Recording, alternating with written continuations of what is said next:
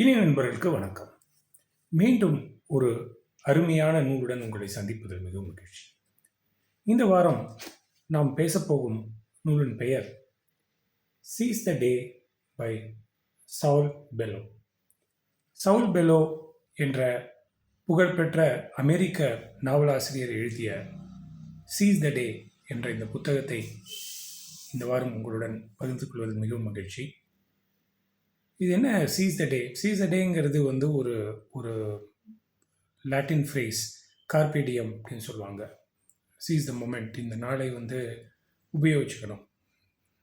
நேற்று என்பது மறைந்து போனது, நாளை என்பது தெரியாதது. ஆகவே இந்த நாளை வந்து நம்ம வந்து உபயோகிச்சுக்கணும் அப்படிங்கிறது அந்த ஃப்ரேஸுடைய அர்த்தம். இதை வந்து இவர் வந்து கொஞ்சம் நையாண்டி பண்ணியிருக்காருன்னு சொல்லலாம். இந்த நாவலுடைய கதாசிரியன், அதாவது இந்த நாவலுடைய இந்த நாவலுடைய ப்ரொட்டாகனிஸ்ட் டாமி வில்லம் அப்படிங்கிற இந்த கேரக்டர் வந்து வாழ்க்கையில் அனைத்தையும் இழந்த ஒரு தோல்வி அடைந்த மனிதனாக இருக்கிறான். அவன் வேலை பார்த்துருந்த கம்பெனியில் வந்து வேலை போயிடுது, வேலையை விட்டுறான். ஏதோ ஒரு காரணத்தினால அவனால் கண்டினியூ பண்ண முடியல. ஓனரோட சண்டை போட்டு அந்த வேலையை விட்டுடுறான். அவனுடைய மனைவியுடன் சண்டை வருது. ஸோ அங்கே வந்து விவாகரத்துக்காக அவன் வந்து அப்ளை பண்ணுறான். ஆனால் அவங்க வந்து அதை ஒத்துக்க மாட்டேங்கிறாங்க. ஸோ பட் இவன் வந்து மனைவிக்கும் குழந்தைகளுக்கும் வந்து மாதம் காசு கொடுத்துட்டே இருக்கான். வேலை இல்லை, அதுக்கு மேலே இந்த ஒரு பொருளாதார நெருக்கடி இருக்குது. அவங்ககிட்ட இருக்கிற கடைசி காசை வந்து ஸ்டாக் மார்க்கெட்டில் இன்வெஸ்ட் பண்ணுறான். இன்வெஸ்ட்னால் அது இன்வெஸ்ட்மெண்ட் கிடையாது, ஸ்டாக் மார்க்கெட்டில் வந்து ட்ரேடிங், கேம்பிளிங் மாதிரி பண்ணுறான், ஸ்பெக்குலேஷன் பண்ணுறான். என்ன நடந்தது அப்படிங்கிறதான் வந்து இந்த நாவல்னு சொல்ல ஒரு குறுநாவல். இந்த குறுநாவலுடைய கரு இது வந்து ஒரு உலக புகழ்பெற்ற புத்தகமாக கருதப்படுகிறது.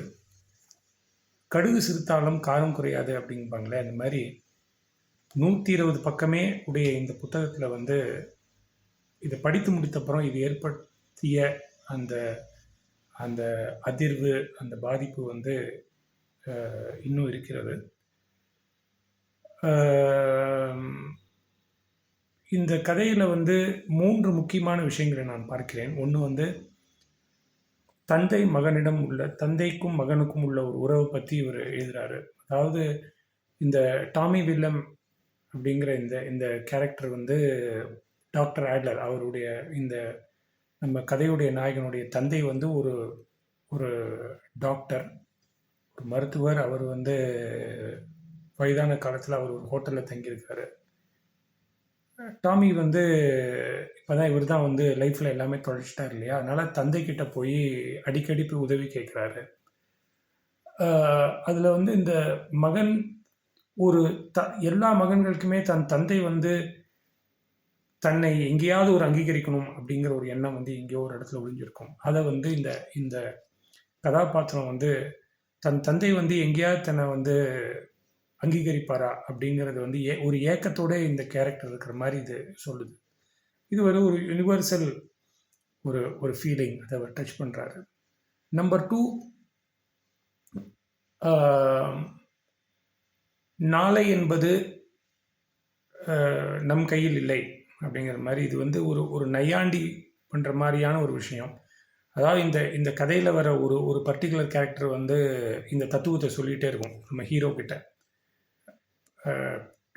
டாம்கின் அப்படிங்கிற அந்த கேரக்டர் வந்து நம்ம ஹீரோ வந்து நீ ரொம்ப எதிர்காலத்தை பற்றி வருத்தப்படுற, ரொம்ப கடந்த காலத்தில் வந்து ரொம்ப மாட்டிகிட்டு இருக்க, seize the moment man, seize the day, இந்த நாளை வந்து நீ வந்து என்ஜாய் பண்ணு, இந்த நாளை வந்து இது பண்ணுன்னு புஷ் பண்ணிகிட்டே இருக்கும்.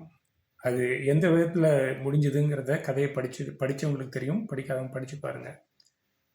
3வது முக்கியமான விஷயம் வந்து, இது ரொம்ப முக்கியமான விஷயமா நான் கருதுகிறேன். அது வந்து இந்த கதையுடைய முடிவில் வந்து இந்த ஹீரோ வந்து ஒரு சினகாக், ஒரு சர்ச்சுக்கு போவார். அங்கே போய் அவர் வந்து வில் ஹாவ் அ மெல்டவுன்.